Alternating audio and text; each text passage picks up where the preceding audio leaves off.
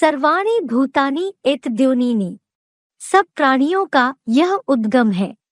इति उद्धारे अहम कृत्स्नस्य जगता, ऐसा जान ले मैं समस्त जगत का प्रभवः तथा प्रलयः, उत्पत्ति करता तथा विनाश करता हूँ।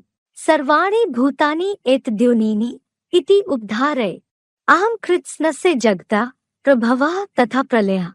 भावार्थ, जड़ प्लस चेतन सब प्राणियों का यह सारभूत मूर्ति रूप देह प्लस शिव समान आत्मा उद्गम है, ऐसा तू खुद को जान ले। और मैं सदाशिव ज्योति प्लस बाबा समस्त जड़ जंगम प्राणी मात्र जगत का सिर्फ इस पुरुषोत्तम संगम युग में उत्पत्ति करता तथा विनाश करता हूँ, चतुर्युगी में नहीं। तो जो बीज बोने वाला है वो ही बाप है।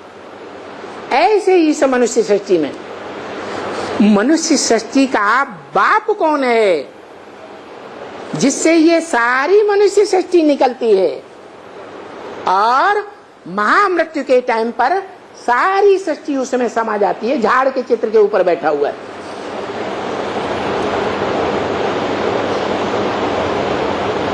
सभी मनुष्य आत्माएं अपने पंच तत्वों के शरीर को, विनाशी शरीर को, पंच तत्वों को छोड़ करके उसी लिंग रूप में समा जाती हैं।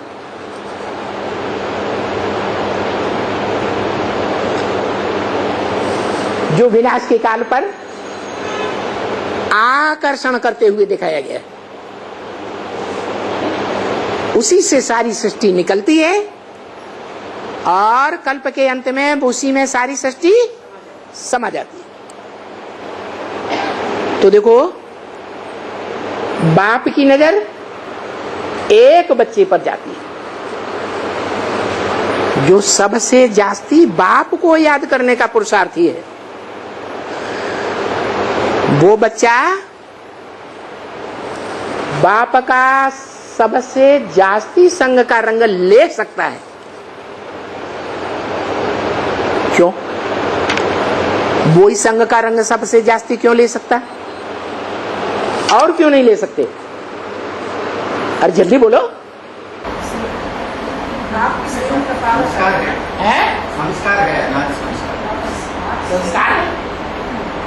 आपका संस्कार का रंग लगने का संस्कार है, सात्मा। वो बाप का बड़ा बच्चा है। कल्प कल्पांतर का शिव बाप का वो निराकारी आत्मा ऐसा बच्चा है जो निराकारी बाप का बड़ा बच्चा है। बड़ा बच्चा ज्यादा जिम्मेवार होता है या छोटे मोटे बच्चे बड़े जिम्मेवार होते हैं? तो अभी बोला जिसके मत्थे मामला। क्या?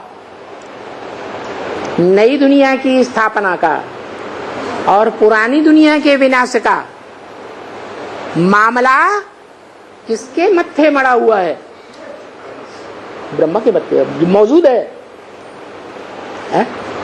ब्रह्मा मौजूद है? मौजूद ही नहीं तो उसके ऊपर जिम्मेवारी काहे की है? ब्राह्मण बच्चे, परम ब्रह्म। हाँ, ब्रह्मा नामधारियों में जिनमें मैं प्रवेश करता हूं उनका नाम ब्रह्मा रखता हूं। तो पहले पहले किस में प्रवेश किया है? परम ब्रह्म में प्रवेश किया। तो वो परम ब्रह्म की जिम्मेवारी है। वो बड़े से बड़ा ब्रह्मा भी है और उसके अंदर ऊंचते ऊंच बाप है, जिस बाप का कोई बाप नहीं। प्रजापिता सब धर्म पिताओं का बाप है। क्या? प्रजापिता सब धर्म पिताओं का बाप है। वो धर्म पिताएं देह अभिमानी हैं। उन देह अभिमानी बापों को, धर्म पिताओं को कौन वर्षा देता है? देहभान का वर्षा, हिंसा का वर्षा कौन देता है? निराकार बाप। साकार सृष्टि का साकार बाप देता है। तो जो इस साकार सृष्टि का साकार बाप है, वो बाप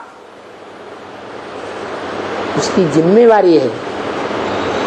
माता के रूप में स्थापना की भी जिम्मेवारी है, परिवार को बनाने की भी जिम्मेवारी है, निर्माण करने की भी जिम्मेवारी है, और पुरानी दुनिया को विनाश करने की भी जिम्मेवारी है। धर्म संस्थापना अर्थ है क्या? सत्य धर्म की स्थापना के लिए। विनाशाय च दुष्कृतम्, जो और दुष्ट धर्म है, देह अभिमानी धर्म पिताओं के द्वारा स्थापन किए हुए, चाहे वो ब्रह्मा हो, चाहे वो इब्राहिम, बुद्ध, क्राइस्ट, कोई भी हो, उन सबके धर्मों का विनाश, उनके सबके धर्मों में चलते हुए राज्यों का विनाश, राजधानियों का विनाश, धर्मखंडों का विनाश, ये उस बाप की जिम्मेवारी है। सत धर्म की पालना और असत धर्मों का विनाश। तो उसके मत्थे मामला, बोला ना मुरली में, किसके मत्थे मामला, किसकी जिम्मेवारी है? जो जानेगा अपनी जिम्मेवारी को, उसके ऊपर जिम्मेवारी, या जो अज्ञानी है उसके ऊपर जिम्मेवारी। जिसको ये ज्ञान है क्या कि स्वर्ग की दुनिया मेरी है तो नरक की दुनिया मेरी नहीं है क्या? स्वर्ग के देवताएं मेरे बच्चे हैं तो नरक की दुनिया के जो राक्षसी बच्चे हैं वो मेरे बच्चे नहीं है क्या? इसलिए भक्ति मार्ग में एक ही देवता शंकर है, जिसको देवताएं भी मानते हैं और असुर भी मानते हैं। तो वो कहता है माम एकम याद करो।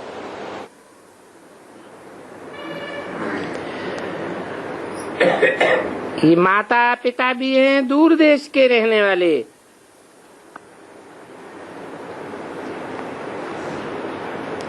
कैसे? हाँ, पिता तो चलो है आत्माओं का, दूर देश का रहने वाला। माता कैसे है दूर देश की रहने वाली? है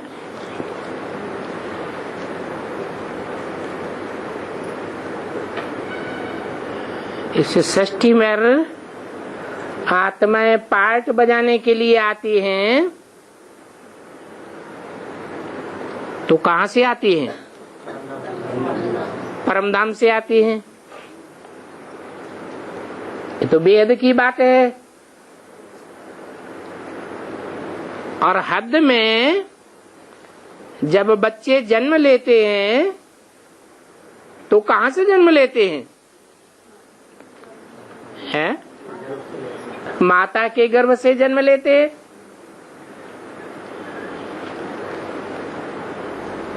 इसी बात को पुराने शास्त्रकारों ने भी बोला है, मध्योनि परम ब्रह्म।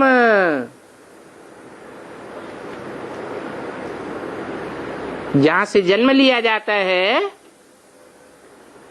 उसे माता कहा जाता है, वो ब्रह्मलोक है जहां से आत्माएं जन्म लेती हैं। मत माने मेरी,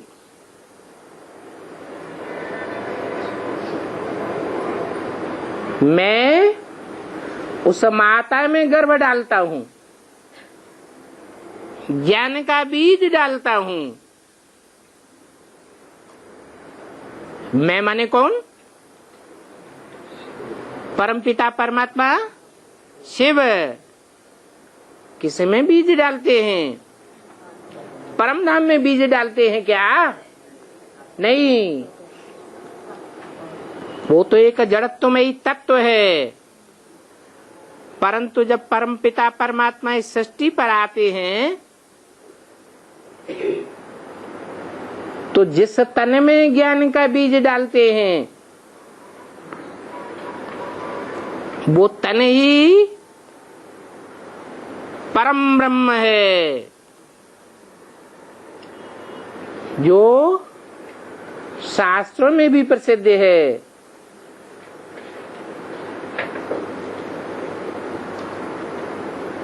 तस्मै श्री गुरुवे नमः।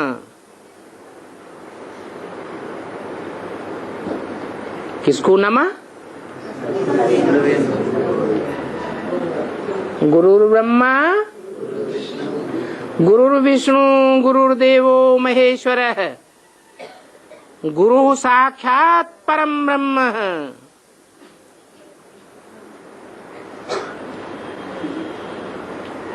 महेश्वर, महाईश्वर,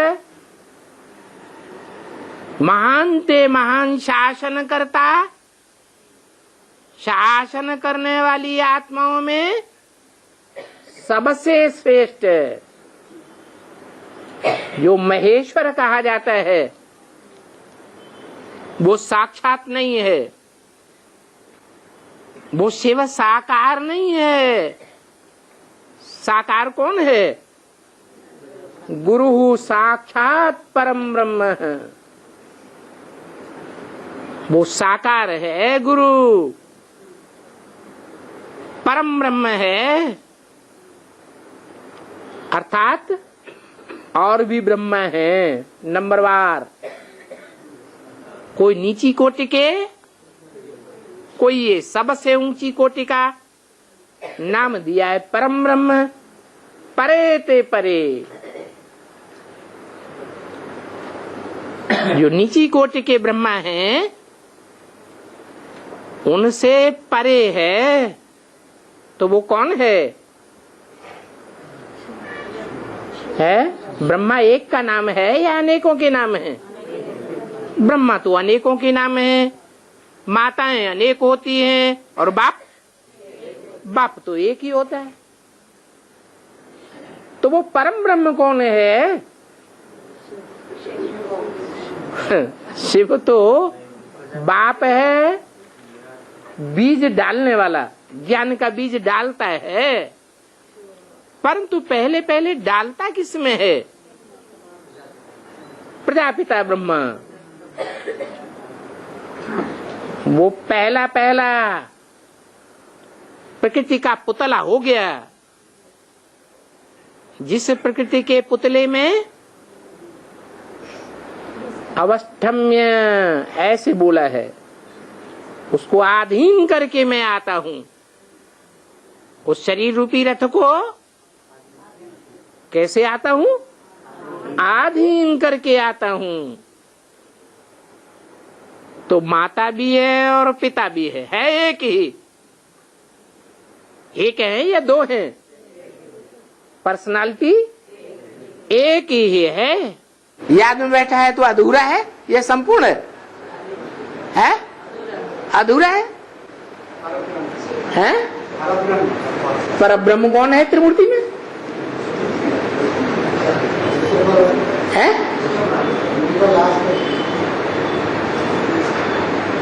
ऊंचे ते ऊंचा भगवंत कहा है।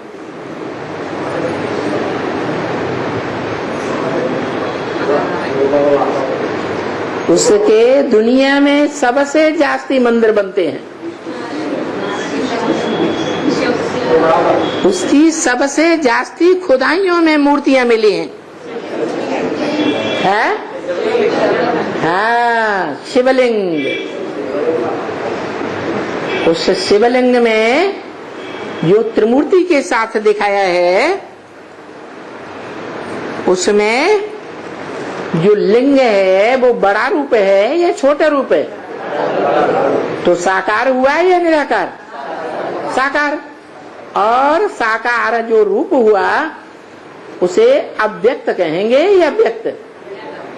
वो व्यक्त रूप है, आंखों से देखने योग्य है, लेकिन फिर अव्यक्त भी है।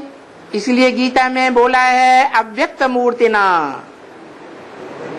उस अव्यक्त मूर्ति के द्वारा ये सारा संसार विस्तार को पाता है, और महामृत्यु के समय ये सारा संसार उसी अव्यक्त मूर्ति में समा जाता है।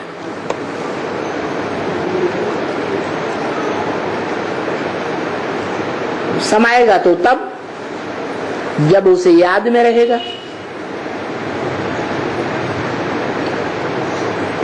याद में ही समाना होता है, लीन होना कहा जाता है। इसलिए भक्ति मार्ग में क्या कहते हैं, आत्मा परमात्मा में लीन हो गई,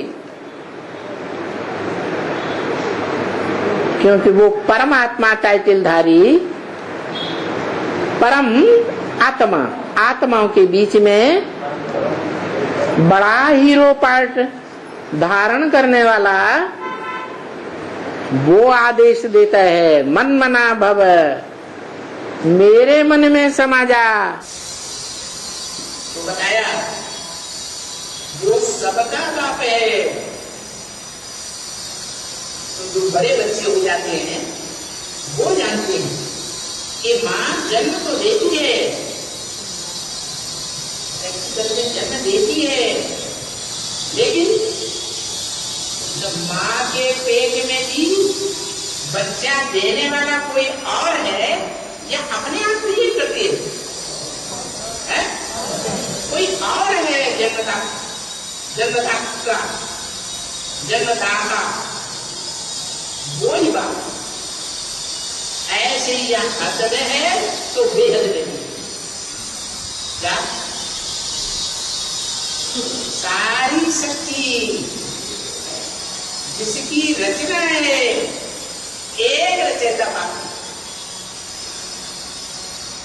जिस रचयिता बाप से ही सृष्टि के आदि में साफ निकलते हैं और सृष्टि के अंत में महामृत्यु के समय साफ उसी में समा जाते, जिसमें समा जाते हैं वो ही परम धाम है।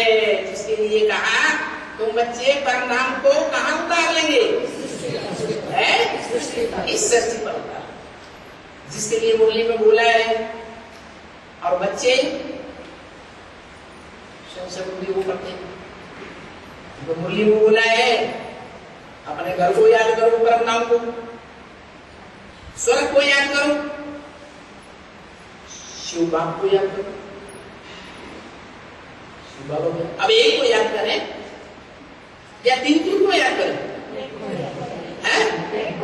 एक को याद बोला, तीन को एक कैसे याद करें? क्योंकि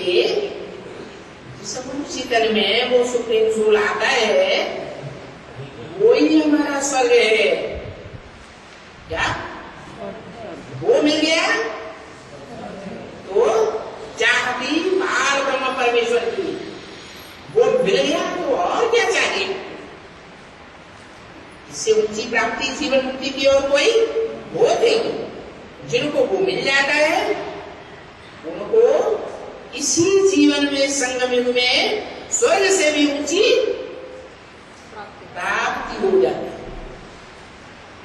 इसलिए बोला कि वो ऊंचे के ऊंचा बोला है, जिसमें से सारी सृष्टि नंबरवार निकलती है और महामृत्यु के समय सभी उसी के अंदर समझ आता।